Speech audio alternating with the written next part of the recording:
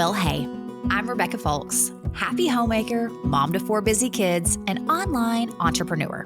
I've spent over a decade in this space working with high-achieving, high-performing women who carry the weight of juggling all the things. After many ups and downs of creating balance between home life, work life, and a million kid activities too, I learned how to slow down to actually accomplish more of the important things. I believe in all the to-doing, there are deep spaces in women's hearts that are sacred to us. Conviction in our identity, hospitality around our tables, and that quiet strength that only comes when we lay our head down at night, confident we're doing a good job where it matters most. Consider this a melting pot of wisdom learned over the years. From homemaking and wellness to influencing and marketing, we're diving into the topics that have created more peace, more joy, and in the end, more margin in my business and my life. Welcome to Wide Open Spaces. Well, welcome back. I am so excited about today's interview. I have Principal Tyler Eatherton on, and he is talking about kind of those middle school, junior high days. We're talking about what's coming up for kids in this age group and how can we build connection and what are kind of the main issues that are coming across his desk. And I think that awareness is just key for us as parents. I think sometimes it can just feel like landmines and new things as kids are going through new hormones, new age groups, new friend groups.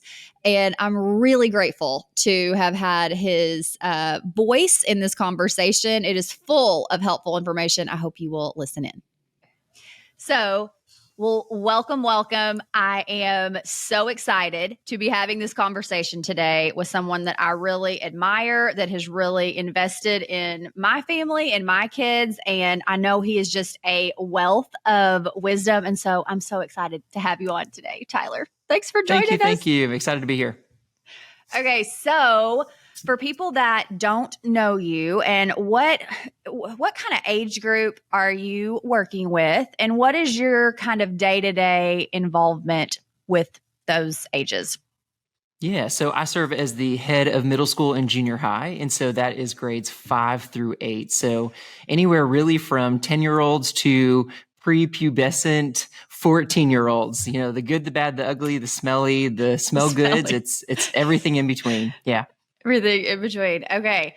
Well, I have had, my third is now with you in the 5th to 8th grade age group. I've had, 2 go through, and it's such a crazy time because I feel like they're changing so much.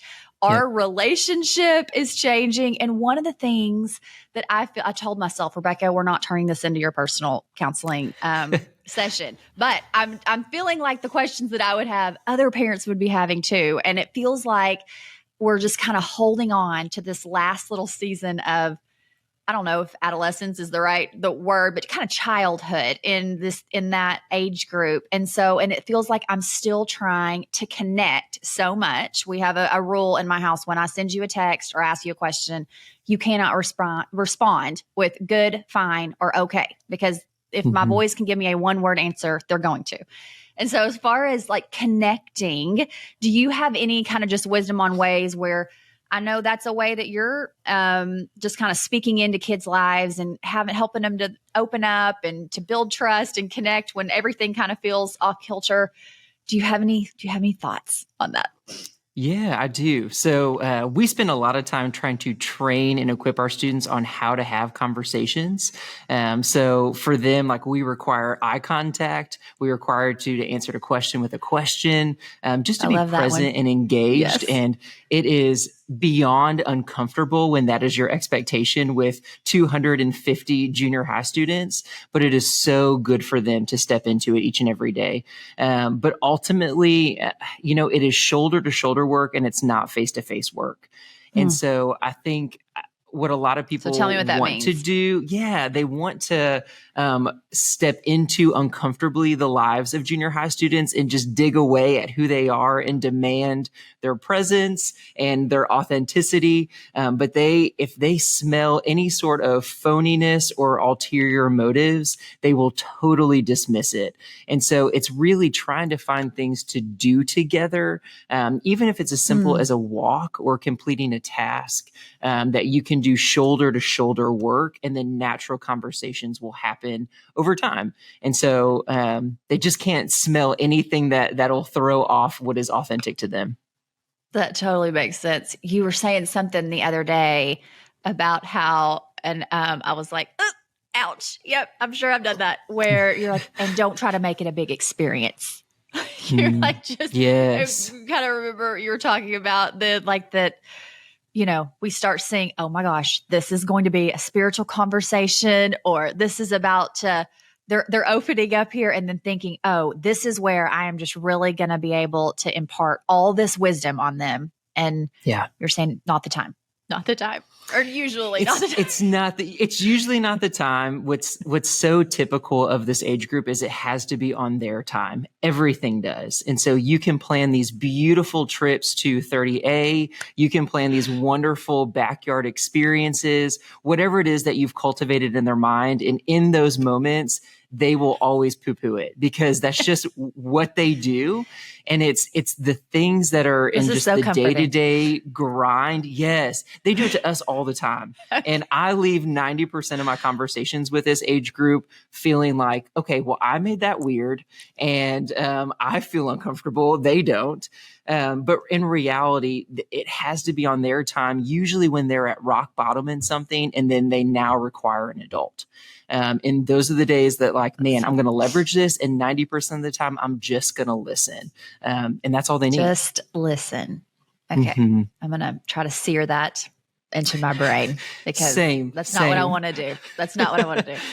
Yeah. And then there was something else that I remember hearing you say about, like, a mirror, that you're there to kind of mirror, not advise. Yeah. I mean, I thought that was really helpful. When I see a kid, there's so much I want to say. And usually I have so much scripture that's in my mind that I just want to beat through them. And it doesn't help. That creates unsafety in their mind. So it's really in my mind, how can I just be a mirror, taking what they say at face value and just repeating it back to them, and letting them filter through and hear their own words goes so far to let them learn how to problem solve for themselves, and honestly realize how ridiculous 90% of what they're saying actually is. They're not going to die tomorrow. They will still have friendships. They are going to find love. No matter as much as they think that's not true, I'm just going to say it back to you, and then they can come to their own conclusions. This is how you really feel. This is really what you're thinking. Or like, how did we get there? How did we get there? How did we get here? And where are we going with this? Where are we going? So helpful. Okay.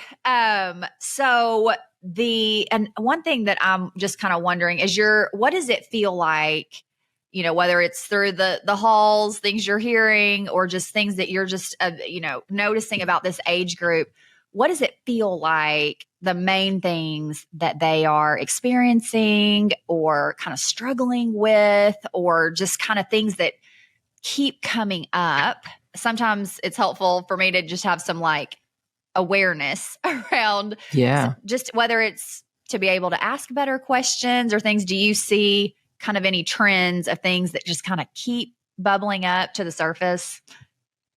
Yeah, I think when I look at boys and girls separately, there's different topics that plague them or target them. Usually with our girls, it's just how to create an identity based on Christ. That is 90% of things that attack them is my identity in this friend group, or this new boy that I like, or this sport that I'm hyper involved in, but now all of a sudden it's become competitive and I'm trying to find my place in everything. And then with our boys, I hate even saying the word just because it feels icky at times. It's pornography. And it is so rampant, and it is so heartbreaking. And, if you're wondering when to have the conversation, it's today. It's always today. Start it early, and make it so non-threatening and normal. That way they have a safe place to come to time and time again, because that temptation is just constantly being thrown their way. Okay. Well, okay. So I feel like I have tried to have this conversation and have failed so awkwardly and terribly with it so many times. If we're going, do you have any tips on having these conversations? Because that feels, number one, I would like to sit here in my eternal optimism and say, you know what? That's actually not a thing for my kids. So I'm just so sorry people are struggling with that, but that is just not the thing. But I'm assuming probably not true. So if there was a way to kind of start those conversations in ways that would be fruitful and not as awkward or a failure, do you have suggestions there? I do. So earlier rather than later. It's the studies are showing now that the average age of introduction to pornography is 11. And so that is drastically earlier than what we've seen even just one generation ago. And so conversations have to be had earlier. And really, truly, if it's with a boy, it needs to be with the male of the home, the father figure, or a male mentor. And if it's a girl, which we're seeing it rise with our girls just as high, not as early and not as frequent, but it's still popping up. It needs to be with the mom. And so I think a lot of times moms want to rush in and protect their little man. But it really needs to be from that male figure, because there's only so much mom can understand about what this temptation actually looks like long term. And really like why we run to it as men. And so having a father figure that's willing just to ask good questions, and, you may get lies, you may get like, no, I would never, Dad, I would never. And it could still be going on, but at least that it's a safe place and it's a constant check-in. It's not a one and done kind of conversation like our parents with the birds and the bees, and then it should all be fixed. Yes. It is ongoing, and it's just an open door, zero judgment, zero shame, because we don't want to throw them on this shame loop. But instead, like, let's just talk through it and let's look at like, what are we actually seeking in this? Do you have any resources or get like just questions? I mean, if that feels completely out of the realm of, I wouldn't even know what to, especially when you're just trying to be curious and helpful and have a transparent conversation and not get into the shame loop and all those things that would kind of open the door for some of those conversations. Does anything pop up as whether things that you just personally know or resources that you found, things like that would kind of help? I feel like that would be so helpful. Yeah. Well, I will say if you are plugged into a local church, use your youth ministers. So they can walk through this, they can navigate it, and they may be willing to share and be more open with somebody that's not their parent. And then you can learn things by partnering with your local church minister. But really, truly, I think a lot of it is just saying with them over and over again, whether they share or not, of like, hey, you're loved regardless of whether you look at this. Like, whether you're stuck in it, God's going to redeem it.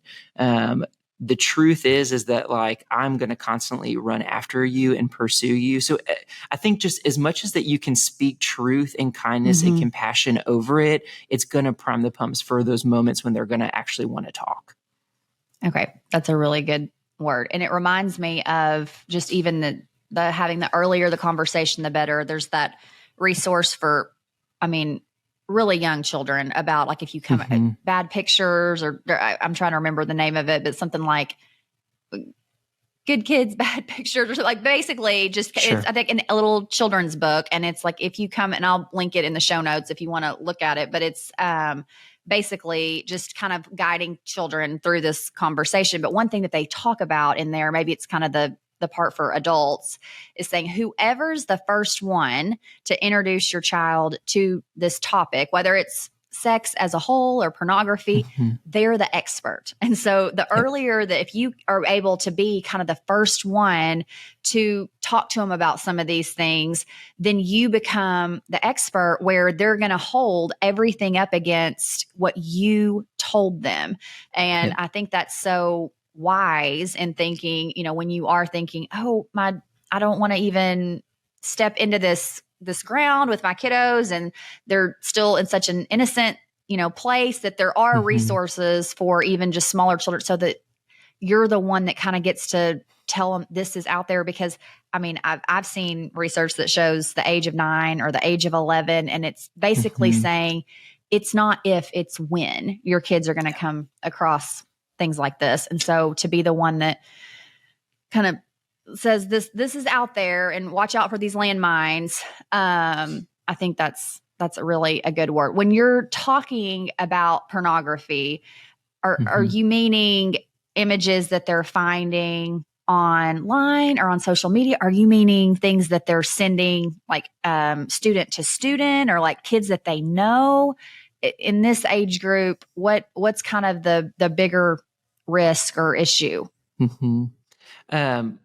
I would say yes, but I would say in this age group, it's mostly just other people having intimate acts together. Yes, it is. But I think because they're still so self-conscious at this age group, they're not quite comfortable sending that yet. Oh, okay. Which is a huge blessing. I think it really comes out in relationships in high school, but this is more introduction to just other people is really where that's playing out at. So.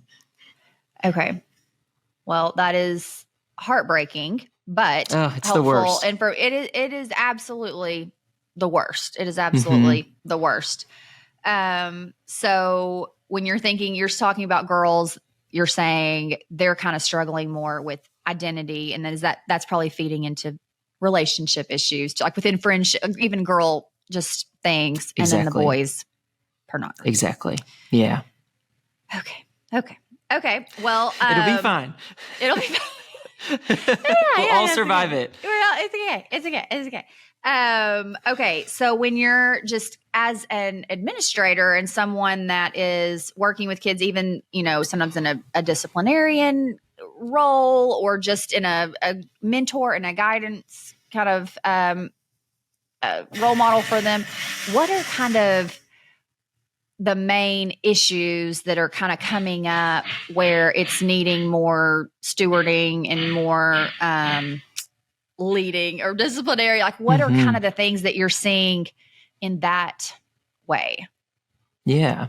3 things come to mind. Number 1, ownership. And so I know it's interchangeable with accountability as well. However you want to package it or frame it, it's not stealing the struggle from our students and from our children. Stealing the struggle from our students. And I think we are so quick to point out when other parents are doing that and saving their kids, but then when it's our own babies, it's okay. Like, we can justify it. Yes. It's totally different.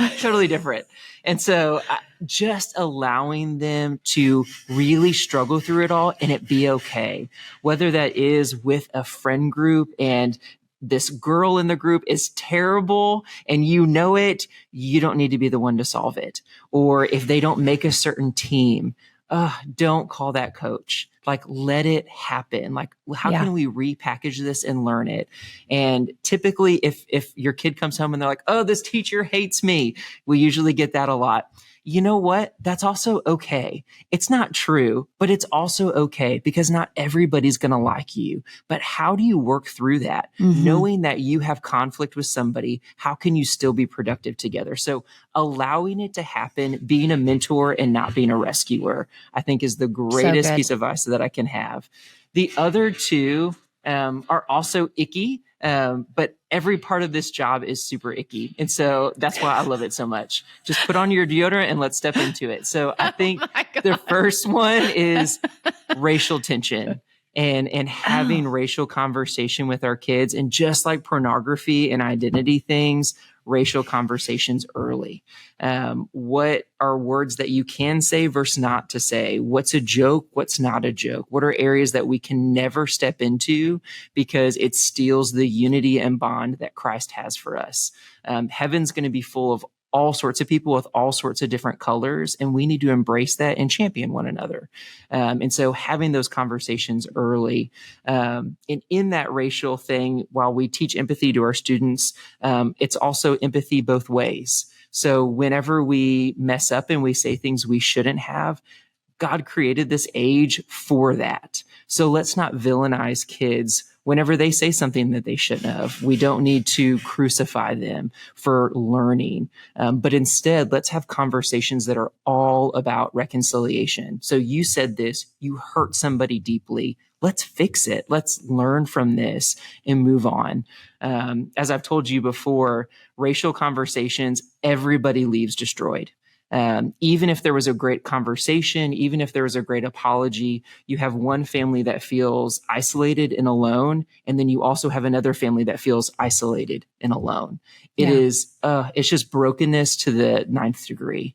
And I hate it. But us being willing to step into those conversations. Okay. And as we go on, Tyler, you are actually in the school building right now. I know they're making, summer things are going on. And so is there some drilling? Are they doing some things?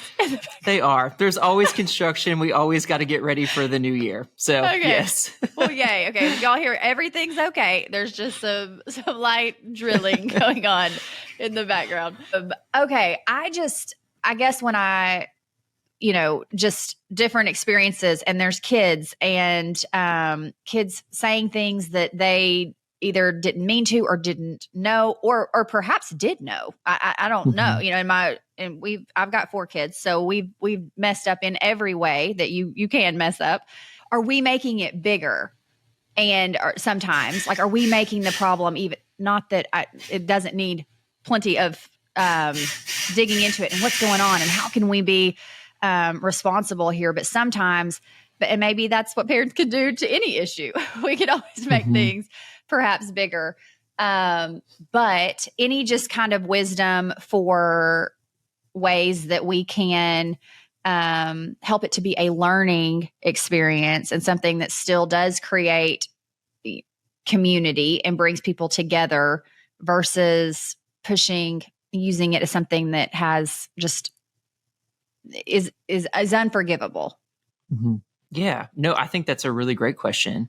Mostly just because when an adult crosses that line, I feel like it should be taken beyond seriously. So don't not hear me say that. Right. It is anything that is racial targeting somebody is totally unacceptable. But in the context of what it means to be a kid and to learn this for the first time, I think the biggest thing I'm just asking for really both sides is grace and understanding and really just walking into those conversations totally open-handed and hey, let's figure this out together. Let's bond together in this, because really that's what both sides are absolutely craving. We have one side that doesn't want to feel like a minority in a majority setting. They want to feel like they belong and that they're seen and that they have a place and they don't have to worry about their kid being targeted based on skin color. And then we have another side that they're mortified for decisions that their kid made and they want their kid to fix it, to make it better. And they're also wanting to be unified and to find a place of togetherness and belonging. So everybody wants the same thing. I think when we put adult real world feelings on a junior high context, we can make it totally worse. And so it does go back to the first thing of expectations that they're going to understand all the, that's and helpful. It doesn't mean this is who they're going to be forever. And so knowing that too, we say all the time in our faculty meetings, they are just flesh and feelings. That's it. They're not real people yet. And so that's okay. And so let's help them navigate it well and learn how to reconcile. Okay. That's very helpful. It's Thank messy. you for that. It is messy. It feels so messy. It's so big too. Yes. Yeah. Yes. Okay. Well, okay. So you said 3 things. So there were there was the racial conversation, ownership. And so what was the third you were thinking of? Yeah, the third is really cyberbullying. And so I think that we think as parents that it's all through text, or we should just be afraid of what they come across on their scrolling feeds. But in reality, a lot of the big danger that's on there is their friend groups and one another, but via social media. And so just Friendly like fire. just like we get the Karens of the world that are your keyboard warriors. Yes. I mean, there's nothing like a 3 a.m. email from a parent. And then usually a phone call later. It is so much softer. Our kids do absolutely the same thing. So if somebody has hurt them during the school day, I'm going to create a fake Instamedia or an Instagram account, and I'm going to target them, or I will send messages about them, or it just becomes really messy really fast. And then they carry that into the school day. Okay, this is so surprising to me, because if I would have thought of the first 15, 20 things that would be just a big issue, I don't know that I would have thought of this one. So what does this look like most of the time? Are they commenting under are they making aliases? Is what you're like, they're making the fake account. Yeah. So they're making their fake Instas. They're making their fake Instas. Their Finstas, yes. Yeah. Okay. Just to, and then are they actually, hi, my name is Karen, or are they pretending to be someone else, or all of the above? It's all over the place. Sometimes we're anonymous people that we've never met before. Sometimes we are friends. The boys sometimes can create accounts as girls and create and stir up girl drama. The hard part for us is trying to figure out who did it, how they did it, why they did it. It becomes this huge ordeal, but it affects their learning. It affects everything. So we try and steward it well. Yes. But it's just another layer of the day that is distracting for them. Oh gosh. Okay. Yeah. I'm adding that to my book of concerns of other things that I'm now like, oh my gosh. Okay. And are you making any fake accounts to be mean to other people? Great. Yes. Lovely. Yes. And this is something that obviously you're seeing a lot of.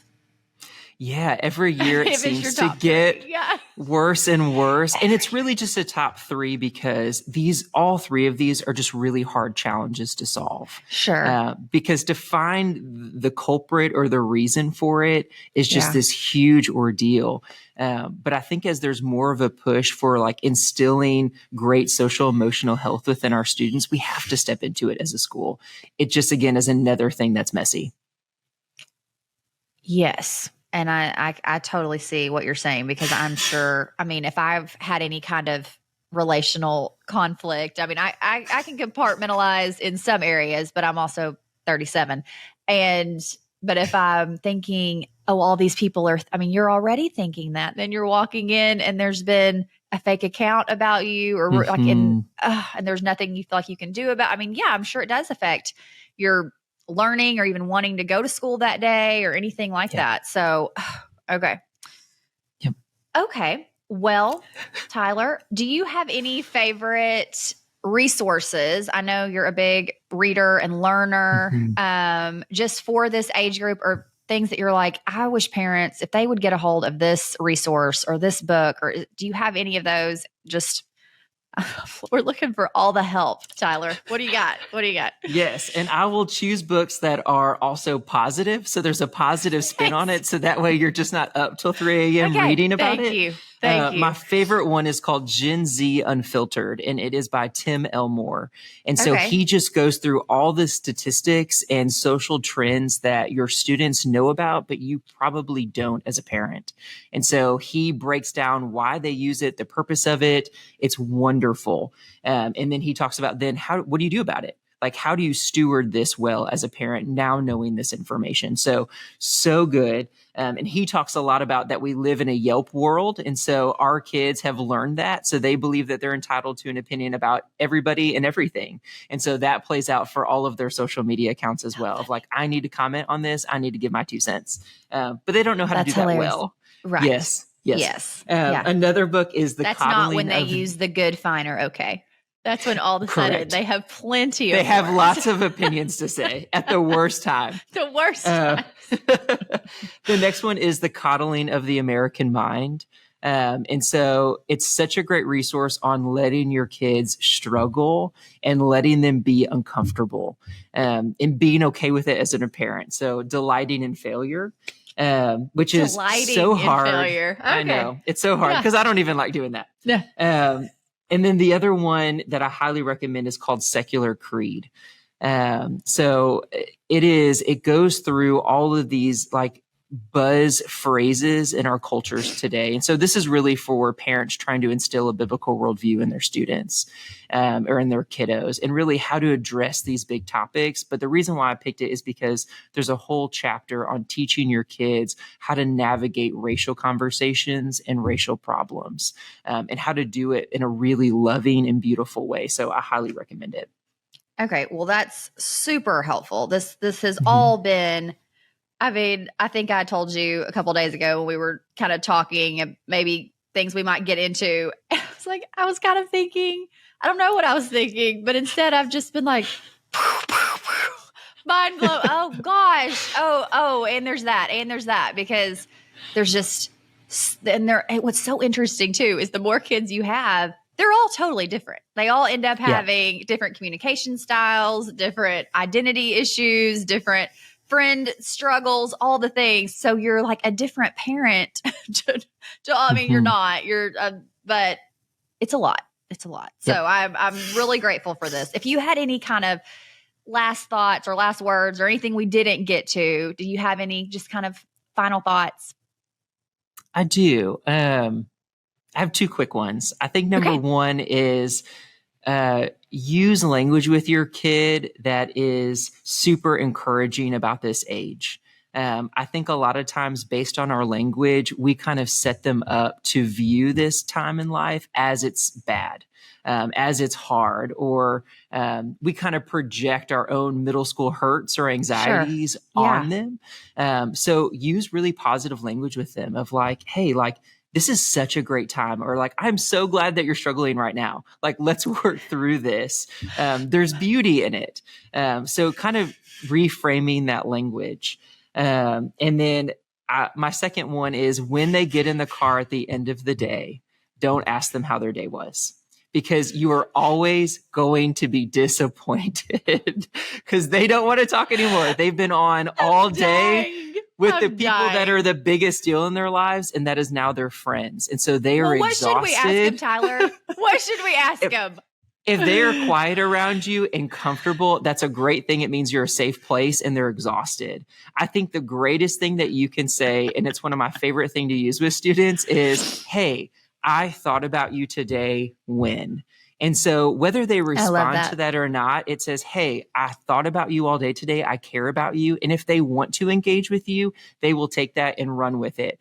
If they don't take it, that's okay. Let it be. If anything, in their mind, they're like, oh, my mom or dad thought about me today, and let it be. Or if they give you the usual eye roll, the eye roll is a sign of love and affection. So take it and accept it. If I had to give myself a scorecard on everything that you've talked about today, I'm not sure where it would land. So many things. You're like, and then don't do this. Okay. Well, I'm just appreciative because I feel like we can't grow and improve if there's not awareness. And I'm also, these are big things, and it's easy to look at these little people, and sometimes you just kind of wonder, are they still this little baby person, or are they growing to be this young adult? And every day it's a different response. But these are big things that really do matter. And so I really appreciate you taking the time to just give some insight and some just helpful information and great tips and resources. So I'm really grateful for you. Thanks for coming on, Tyler. Thank you. It's been great. You just finished another episode of Wide Open Spaces. My hope is always that you felt encouraged as you listened. And if you found this valuable, will you share it with a friend today? Tag me if you do. I always love seeing your favorite takeaways. I'm so glad you were here, and I'll see you back next week. Same time, same place. See you then.